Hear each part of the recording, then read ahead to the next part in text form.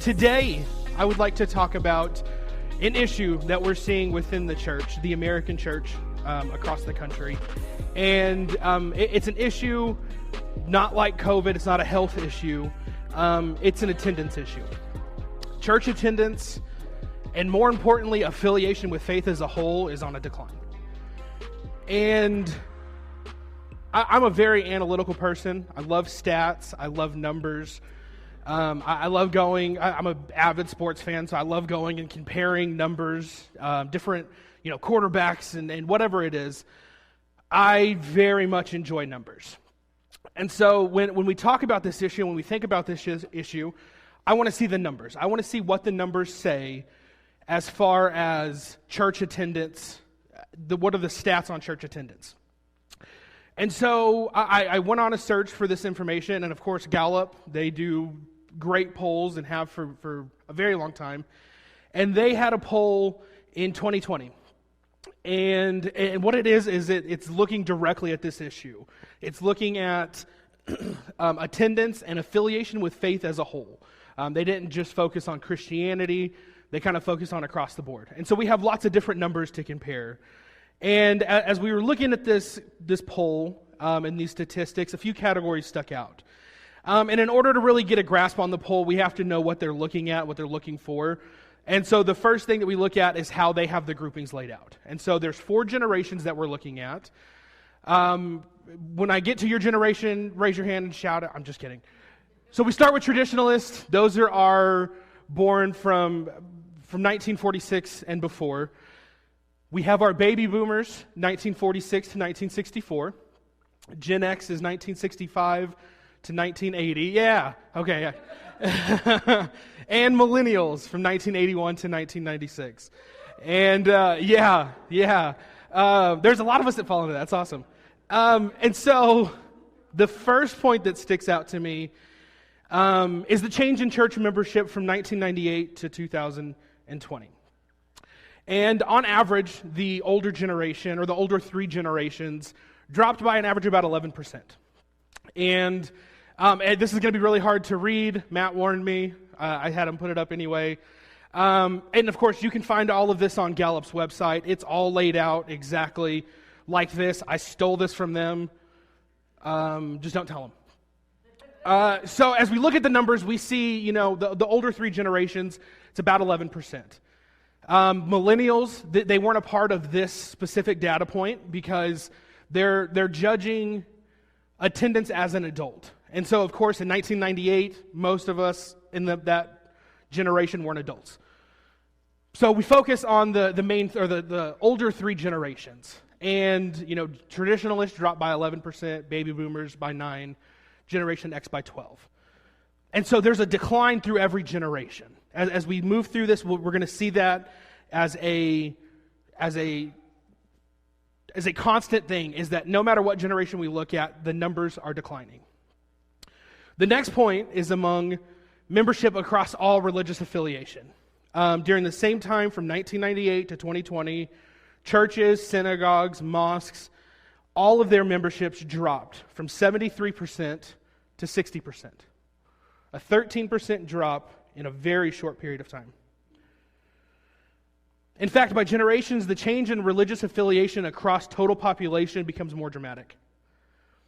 From 1998 to 2020, traditionalists went from 4% to 7%, meaning they do not have any religious affiliation whatsoever. Baby boomers went from 7% to 13%. Gen X went from 11% to 20%. And then when we look at millennials and we pick them up in 2008, when most of us had become adults by then, 22% to 31%. Have no religious affiliation whatsoever. And you think, well, let's not look at it from a generation perspective. Okay, great. Let's look at it from different subgroups. So if you focus on the different subgroups as far as church membership is concerned, there's a few different demographics we can look at. 18% of men and 20% of women have left the church. 13% married, 22% not married. 9% Protestants, and 18% of Catholics have left their church. And you can keep going down. It goes by political affiliation and demographics as far as where you're at in the country, the numbers are dropping. No matter how you look at it, the church body and faith in general is on a decline. And it's hard to put a finger on exactly why. We can place blame on other religions, but as we can see from this information, they're dropping too. We can place blame on other churches or whatever we want to use, but there are so many different things that are pulling people away from church. We can blame it on a specific generation. These young people are, but it's across every generation. In fact, I believe that we can point to a number of things that have drawn people away. And the biggest issue is that as America progresses, we as a culture become more and more consumeristic, and that we have placed before God anything and everything that we can possibly think of to take up our time on Sunday. Whether it's sports or travel or just rest. Even it could be a failure of faith. We could be just completely removing ourselves from a faith in general. But no matter what the issue driving America away from faith, it's not specific to our time. It's not specific to our country. In fact, a drop in faith and a complete removal of faith in God is a characteristic we find throughout all of human history. For some, it's other gods, but really it was just the idea of something new, something different, something completely new from what traditionally was set in place. So today I want to look at a time when a culture was so removed from God that a good old-fashioned intervention was needed. So today I want you to open up with me to 1 Kings 18. And so today as we look at this story, we're going to look at the story of Elijah and Ahab. And as we look at this story, we're going to see that God had tasked Elijah with the task to take a stand and bring his people back to him. But in order for us to know where we're going in the story, we need to kind of pull back a little bit and figure out who we're dealing with and where they're coming from. So first we have Ahab. We have a little picture of Ahab. That's Ahab sitting on his throne with all of his guys around him. Ahab at this point is the king of Israel. And now, so if we look back over the kings of Israel, starting from the original split after Solomon's reign, when Rehoboam took the tribes of Judah and Jeroboam took the reign over Israel, there's not much positive to see. The lineage of Judah has its ups and downs, and there are some good kings, there's some bad kings, but as we look at Israel, it was only down. From the original split in 925 BC to the time of the Assyrian captivity around 730 BC, every king was described as doing evil on the side of the Lord. So once we get to the reign of Ahab, somehow it gets worse. They had all done evil, and then it gets eviler. I don't know. And so what's said is in 1 Kings 16:30, Ahab was the son of Omri, and he did evil on the side of the Lord more than all before him. So all of these kings had done evil in the sight of the Lord, but somehow he had done more plus some. So much so that later on, it says again, Ahab, the man put in charge of, Ahab was the man that was put in charge of God's people. He's in the promised land, he's in the place that God wanted his people to be, but he's living an unbelievably dishonoring life. So much so that again in verse 33 it said, Ahab did more to provoke the Lord, the God of Israel, to anger than all the kings of Israel before him. We find in this same section of Scripture one of the reasons God was so angry at Ahab. He had taken a wife, and this wife had come from outside of the tribes, and her name was Jezebel, and she was the daughter of Ethbel, and he had brought her into the kingdom. Of course, he married her, brings her in, and with her coming into the kingdom, she also brought in her god with her, Baal. We've all heard of Baal. And not only did Ahab welcome this new god, but he also began to worship Baal. He erected an altar to worship him, and Ahab set a precedent within his kingdom not only to reject God, but to worship Baal as well. And this was enough to determine Ahab the most evil and wicked king in Israel's history. So the next person we come across is Elijah. Elijah is introduced. There's Elijah, looking mad, or some emotion. I don't know. But in 1 Kings 17, we are introduced to Elijah, and he is a prophet from Tishbe.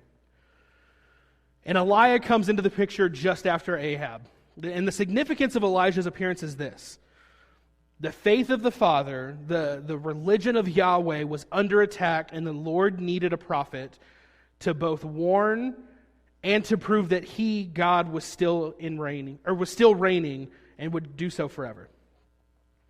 So in an effort to deter Ahab from what was to come, Elijah goes and speaks to Ahab and tells him, 1 Kings 17:1, as the Lord, the God of Israel, lives, before whom I stand, there shall be no dew, no rain, except by my word.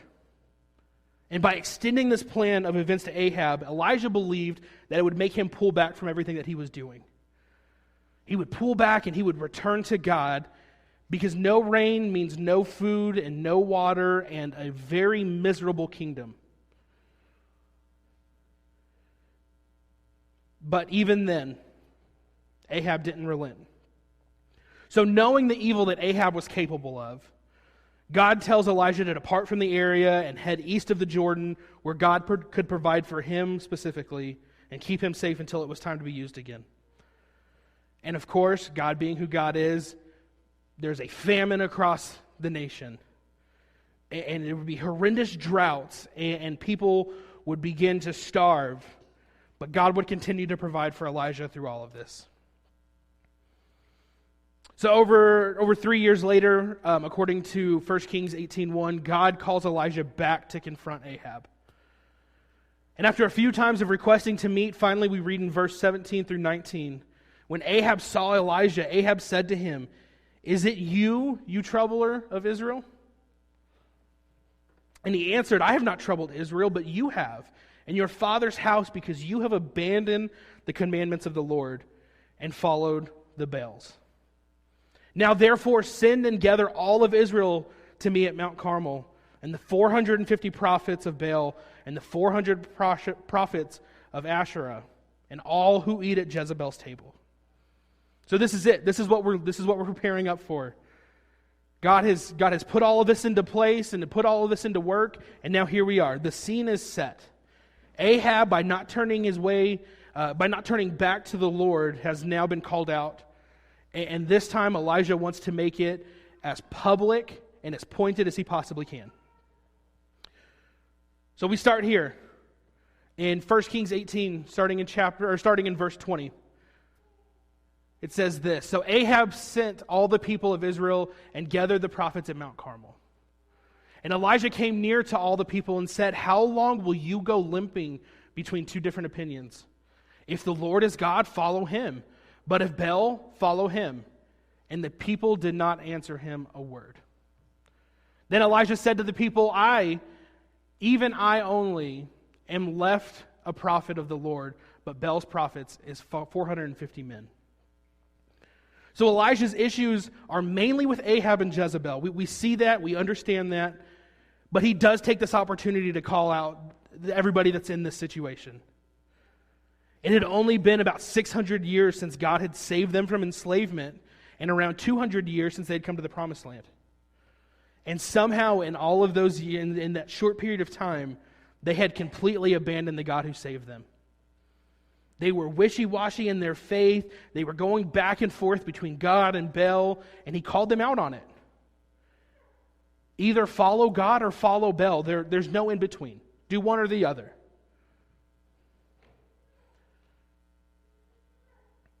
But to finish off the conversation, he needed to point something out to all of those who were watching. "I am going at this alone, since all of the other prophets at this point had been either killed or they were in hiding. They were running away because they feared for their lives. I am the only one going up against 450 prophets." So over the next several verses 23 through 30, Elijah put into place this challenge. So we're both going to get a bull. You're going to choose the one you want. We'll place both of them on our own individual altars, and we will pray to our respective God. And we'll see which one comes through. So that's what they did. They took their bull, they killed it, they prepared it on the altar, and then they began to pray mightily. And he let the other guys go first. Set up yours first, go for it, pray to Bel, let's see what happens. So they began calling out in verse 26, "Oh, Bel, answer us." Now Elijah, knowing exactly what God was capable of, began to mock them for what they were doing. They're crying out, they're cutting themselves like they would do in their worship, and they were begging Bel to work. And Elijah in verse 27 says, "Cry aloud, for he is a god. Either he is musing, or he is relieving himself, or he's on a journey.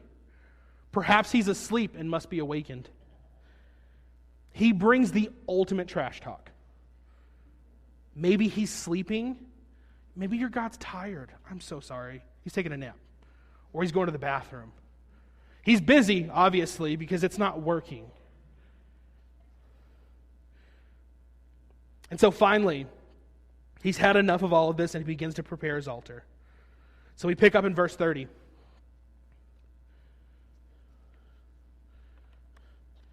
Maybe in verse 30. There we go. Then Elijah said to all the people, "Come near to me." And all the people came near to him. And he repaired the altar of the Lord that had been thrown down. And Elijah took 12 stones according to the number of tribes of the sons of Jacob, to whom the word of the Lord came, saying, "Israel shall be your name." And then with the stones he had built an altar in the name of the Lord. And he made a trench about the altar as great as would contain 2 seahs of seed. And he put the wood in order and cut the bull into place and laid it on the wood. And he said, "Fill 4 jars of water and pour it on the burnt offering and on the wood." And he said, "Do it a second time," and they did it a second time. And he said, "Do it a third time," and they did it a third time. And the water would run around the altar and filled the trench also with water. So Elijah wants to prove a point that will not be forgotten by those that are surrounding the situation. Not only is there an altar, but he soaked it in water, and he seemed to make it impossible to burn. The trench around it filled up, and there was about, from the estimates that scholars believe, about 2 gallons of water surrounding this area. And now that he has made his point, what he knows God will do, he begins to pray. Verse 36. And at the time of the offering of oblation, Elijah the prophet came near and said, "O Lord, God of Abraham, Isaac, and Israel, let it be known that this day that you are God in Israel, and that I am your servant, and that I have done all of these things at your word. Answer me, O Lord, answer me that this people may know that you, O Lord, are God, and that you have turned your back, or that you have turned their hearts back." Notice Elijah's prayer is not for him to be vindicated. He had started this challenge, he had talked his trash, and had gone out of his way to make this as spectacular as possible. But even then, he was not concerned about being proved right. His worry was that those watching would see what God can do, and that would be enough for them to return to their faith in Yahweh. And God, being who He is, answered in only a way that He could. Verse 38. It says, "Then the fire of the Lord fell and consumed the burnt offering, and the wood, and the stones, and the dust, and licked up the water that was in the trench.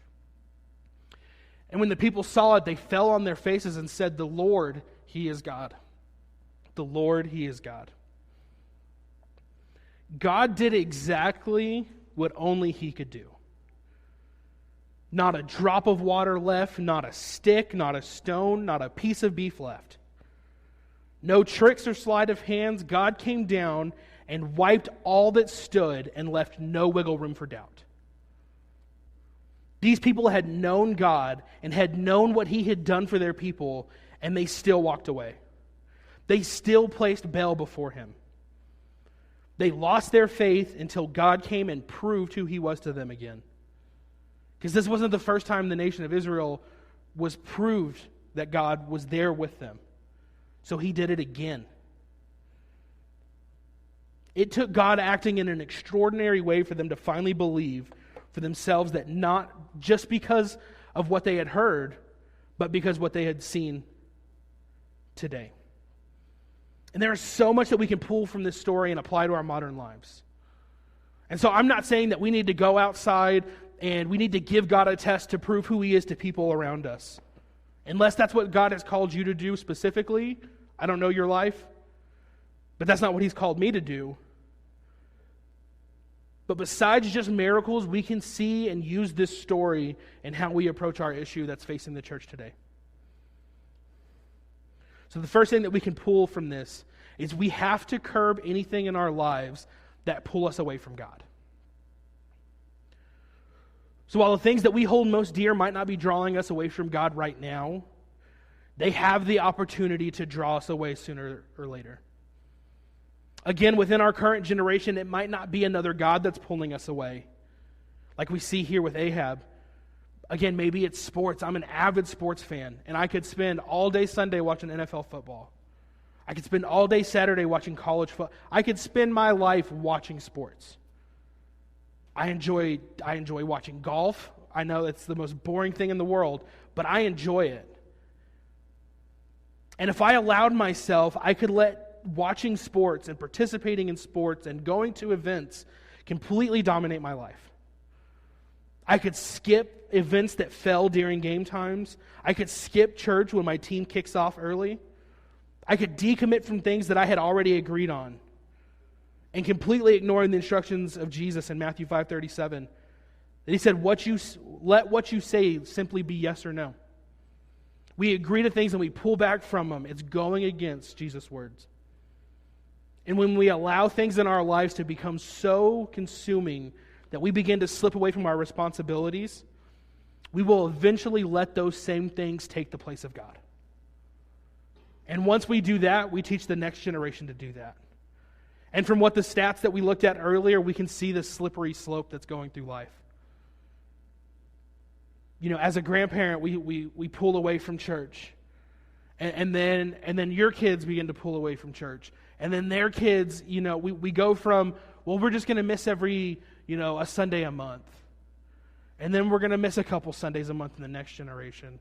And then that next generation is only going to go on Easter and Christmas and when there's big events happening. And slowly but surely, this slippery slope continues. And we go from 79% being affiliated with the church to 4 generations later in 22 years, or 32 years, to 50%. As we pull away from God just a little bit at a time, here it goes. And by the time you're 4 generations later, 5 generations later, the people that follow you have completely removed themselves from the faith that you carried. We cannot allow for anything in our lives to take the place of our church or our faith or God in general. For years, I allowed work to take the place of church. I was required to be there on Sundays, and for the right price, I agreed to it. That job soon became my God, and every decision I made was based on that job. But the best part is God being who God is and knowing the path he had on my life did what I couldn't do, or I wouldn't do. I could have done it, but I didn't want to. And he removed that job from my life. And removing that job from my life allows me to be here this Sunday preaching. It allows me to be here last Sunday and the Sunday before that playing drums and working with the youth. Because I had put this job in the place of God. And God, again, being who he is and doing what only he could do, removed it from my life. We cannot allow things to take the place of God in our lives. The next thing that we can get through this is we have to be careful who we allow to speak into our lives and into the next generation's lives. The biggest issue for Israel was that Ahab allowed for a God to be brought in and placed above Yahweh.